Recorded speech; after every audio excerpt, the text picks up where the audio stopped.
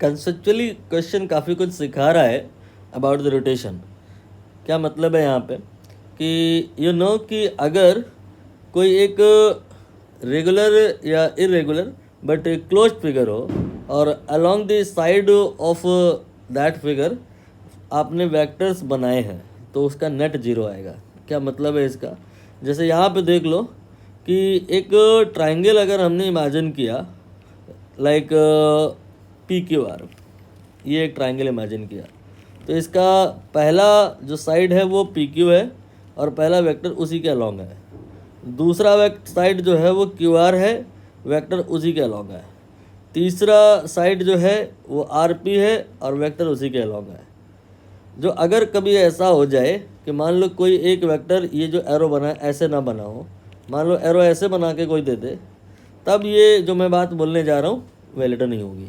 क्या मैं बोलने जा रहा हूँ कि अगर along the side of triangle vector aligned हैं then what happen, that time जो नेट फोर्स आएगा जीरो आएगा।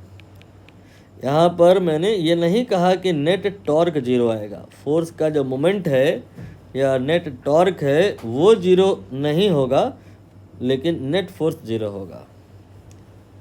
ठीक है, तो नेट फोर्स अगर जीरो है तो इसकी वजह से हम कह पाएंगे कि सिस्टम का जो एक्सेलरेशन होगा वो ज़ीरो होगा। इसकी वजह से हम कह पाएंगे कि वेलोसिटी जो होगा वो कांस्टेंट होगा। क्योंकि टॉर्क जीरो नहीं है तो हम क्या कहेंगे, एक्सेलरेशन जीरो नहीं होगा। कौन वाला? एंगुलर एक्सेलरेशन जीरो नहीं होगा। वेलोसिटी जीरो नहीं होगी, कांस्टेंट नहीं होगी, वेरी करेगी। कौन वाली? एंगुलर वाली।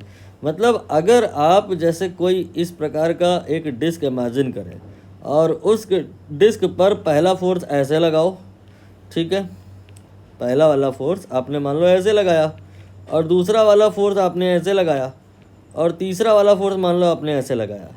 When you do that activity you will realise same conclusion जो मैंने यहाँ पर किया। क्या रियलाइज करोगे आप कि ये डिस्क अगर शुरुआत में रुकी थी मान लो तो कहीं जाएगी नहीं, वेलोसिटी इसकी जीरो थी तो जीरो ही बनी रहेगी। ये डिस्क यहीं पर रोटेट करेगी। इसका जो एंगुलर वेलोसिटी है वो धीरे धीरे बढ़ता जाएगा, बट यहाँ पर लीनियर वेलोसिटी नहीं बढ़ेगा। तो remain constant here what? Velocity बोले तो फिर अंडरस्टूड है, अगर नहीं कह रहा तो linear velocity. Linear velocity will not increase, will not decrease, it will remain constant. Whereas if in this question examiner is asking for angular velocity, your answer will increase, omega will increase, but v will not increase, remain constant.